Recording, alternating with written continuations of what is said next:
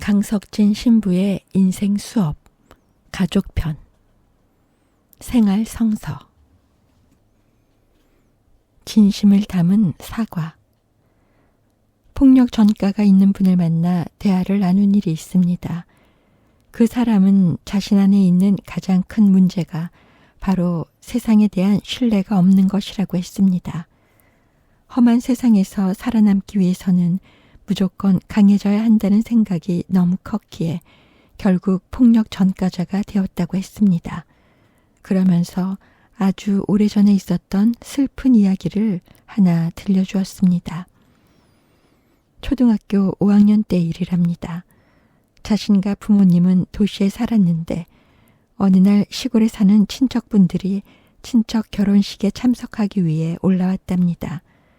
결혼식이 끝나고 몇몇 분들은 기왕에 도시에 왔으니 구경을 하고 그 다음날 시골로 내려가기로 했답니다. 그날 저녁 집에서 식사 중에 친척들이 모여있는 자리에서 자신은 노래도 부르고 유행하던 개그맨 흉내도 내면서 무척이나 인정을 받았답니다. 그런데 그 다음 날이었습니다. 학교를 마치고 평소와 다름없이 집에 들어갔는데 다짜고짜 어머니가 뺨을 세게 후려치더랍니다. 그 순간 너무 아파서 말도 못하고 있는데 어머니는 친척분 지갑에 돈이 없어졌다고 하면서 자신을 의심하더랍니다. 어제 그렇게 인정받았던 자신이 친척 앞에서 뺨을 맞았다는 사실이 너무나도 받아들이기 힘들었다고 합니다. 돈을 잃어버린 친척은 결국 다른 가방에서 돈을 찾았습니다. 그런데 아무도, 그 어느 누구도 자신에게 미안하다라고 말하는 사람이 없었고 특히 어머니까지도 아무 일도 없었다는 듯이 그렇게 지나가 버리더랍니다. 뺨을 맞을 때의 비참함과 뺨을 때리던 어머니의 무서운 표정과 자신을 비웃는 듯한 친척들의 모습이 지금도 마음속에 남아있다고 하더군요. 그런 후에 서서히 세상은 믿을 구석이 없는 곳이 되어 가더랍니다. 그러면서 친척이 돈을 잃어버려 야단 법석을 떨 때 그때 어쩔 줄 몰라 하던 어머니의 모습도 다 이해되고 시골에서 올라와 잔치 치르고 도시 구경하다가 정신을 놓아 돈을 잃어버린 친척도 이해한다 했습니다. 하지만 왜?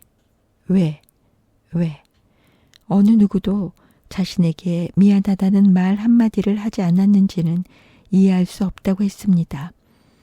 그러면서 울음을 터뜨렸습니다. 저도 울었습니다. 자신도 모르게 가족에게 실수를 했지만 단지 가족이라는 이유로 괜히 쑥스럽고 편하니까 가족이니까 하는 생각에 진심으로 사과해야 할 일을 하지 않았다면 지금이라도 마음을 다해 사과하면 어떨까 합니다.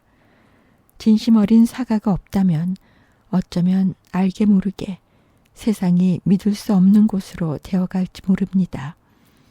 자신의 가족이, 특히 당신 자녀의 세상이 말입니다. 소탈하게, 털털하게, 천천히. 친정아버지의 행동이 좀 이상하다며 어느 자매님이 남편과 함께 찾아온 적이 있습니다. 젊을 때는 철저히 완벽하게 사신 분이었는데 요즘 들어 부쩍 식구들이나 주변 사람들을 의심한다는 것입니다. 그 부부의 말을 들으니 치매가 아닌가 하는 생각이 들어서 치매의 여러 증상에 대해 말해주면서 예방 차원으로 신경과 병원을 권해주었습니다.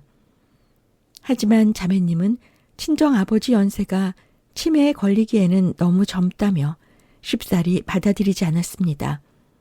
그러면서 친정아버지의 이상한 행동만을 불안해하였습니다. 젊은 시절 자신의 삶을 철저하고 완벽하게 사는 것은 충분히 그럴 수 있는 생활 방식이겠지만 때가 있다고 봅니다. 하지만 60대 후반 이후에도 여전히 삶을 철저하고 완벽하게만 살고자 한다면 자신도 모르게 자신의 신체적, 정신적 기능과 함께 뇌 기능을 심하게 혹사시켜 병의 원인을 제공할 수 있습니다. 예전 정신과 병원에서 근무할 때 치매 환우들이나 혹은 입원을 준비하는 이들의 보호자나 가족들과 상담을 해보면 환우가 젊을 때부터 이상 증세가 있기 얼마 전까지 철저하고 완벽하게 살았다는 것을 듣곤 합니다. 그렇다고 그렇게 살면 모든 분들이 치매가 쉽게 빨리 찾아온다고 단정할 수는 없지만 치매로 힘들어하는 분들이나 그 가족들의 이야기를 들어보면 그 환우들은 대부분 나이가 70 이상이 되어서도 일상생활을 지나칠 정도로 철저하고 완벽하게 살아왔다고 합니다. 치매로 대표되는 신경과 질병들은 누구에게나 올 수 있는 병입니다. 그런데 이미 연로하심에도 불구하고 치매 걱정 없이 사는 분들의 삶을 가만히 보고 들여다보면 대부분 경우 일상의 삶을 소탈하게, 털털하게, 천천히 살고 있다는 것입니다. 특히 자연을 벗삼아 사는 분들의 경우에는 자연이 주는 자연스러운 삶에 적응이 되어 세상을 여유 있게 살고 있었고 그런 분들의 소탈, 털털, 천천히의 삶으로 말미암아 결코 치매가 근접할 수 없음을 느낄 수 있었습니다. 어느 정도 나이가 되면 주변의 가족이나 친지들이 뇌도 좀 쉬게 해주고 몸도 쉼을 주면서 소탈하게 마음 먹고 털털하게 생각하고 천천히 행동하면서 세상을 관조하는 마음을 가지도록 조언을 해주면 좋겠습니다. 그렇게 살 때 자신과 세상과의 단절을 의미하는 치매 없이 나이가 들어도 오랫동안 자신과 사랑하는 가족, 이웃, 세상, 자연과 하나가 되어 행복하게 살아갈 수 있다는 것을 꼭 이야기해 주었으면 합니다. 나의 아버지 하느님. 며칠 전 청소년 사목을 하시는 신부님을 우연한 기회에 만난 적이 있습니다. 첫 인상이 밝았으며 대화도 유쾌하고 너무나도 재미있게 말씀하시는 바람에 저는 속으로 저 신부님은 청소년 사목에 정말 적격자시네 라고 생각했습니다. 그렇게 한참 이야기를 듣던 중에 제가 말했습니다. 신부님은 정말 대단하세요. 신부님 말씀을 듣고 있으면 제 마음도 너무나 평화로워지네요. 정말 감사합니다. 신부님은 사람을 감동시키는 힘이 있으시네요. 그러자 그 신부님은 정색을 하며 말했습니다. 아닙니다. 신부님이 잘 들어주시니 제 말만 많이 한 것 같네요. 아이고, 왜 이러십니까? 자신의 경험을 이리 잘 식별하여 말씀하시니 그저 고개가 숙여질 뿐입니다. 신부님은 자신이 얼마나 부족한 사람인지를 알려주신다며 전에 자신이 맡은 청소년 예비 신자 교리반에서 일어난 이야기를 들려주셨습니다. 제가 있는 공동체는 우리나라 비행 청소년들 중 소년원에 가기 직전 상황에 있는 아이들에게 마지막 생활 개선의 기회를 주는 곳이에요. 제가 이 공동체에 살면서 청소년들이 좋은 것은 사실이지만 매 순간 혹시나 어떤 사고라도 일어나면 어떡할까 하는 생각에 늘 불안과 초조함 속에 살았습니다. 그런 공동체에서 청소년들에게 신앙을 강요하지는 않지만 가톨릭 기관이다 보니 정서 순화 차원에서 교리반을 운영합니다.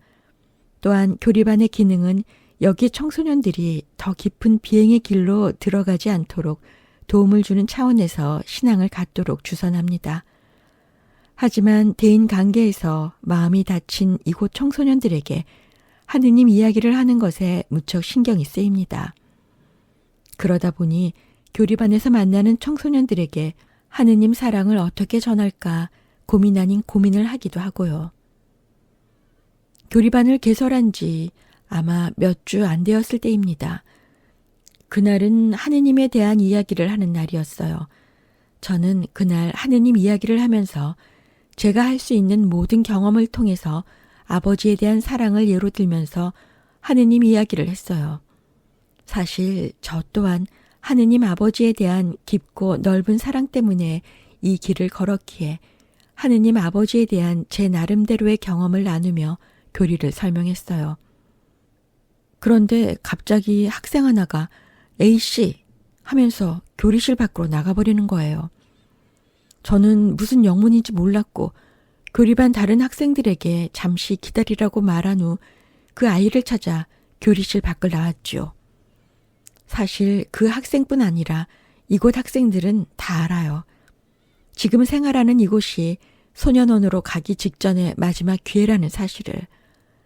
그 학생 또한 막상 교리실 밖으로 뛰쳐나왔지만 멀리 가지도 못했죠. 그저 혼자 씩씩거리고만 있었지요. 그래서 제가 그 학생을 조용히 달래며 혹시 오늘 무슨 문제가 있었냐고 물었는데 잠시 침묵의 시간이 흘렀어요. 그 학생이 말했어요. 신부님은 어릴 때 아버지라는 사람에게 죽도록 맞아본 적이 있나요? 그리고 심지어 그 아버지란 사람으로부터 칼에 찔려본 적도 있어요?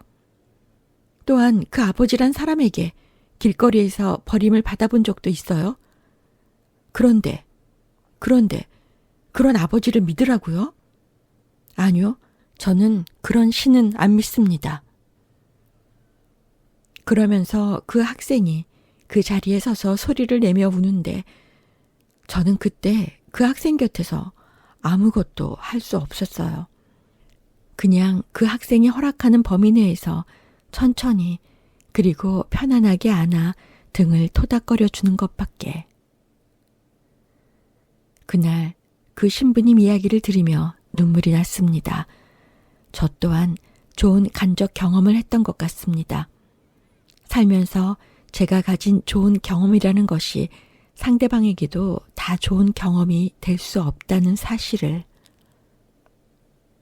구독과 좋아요 부탁드립니다.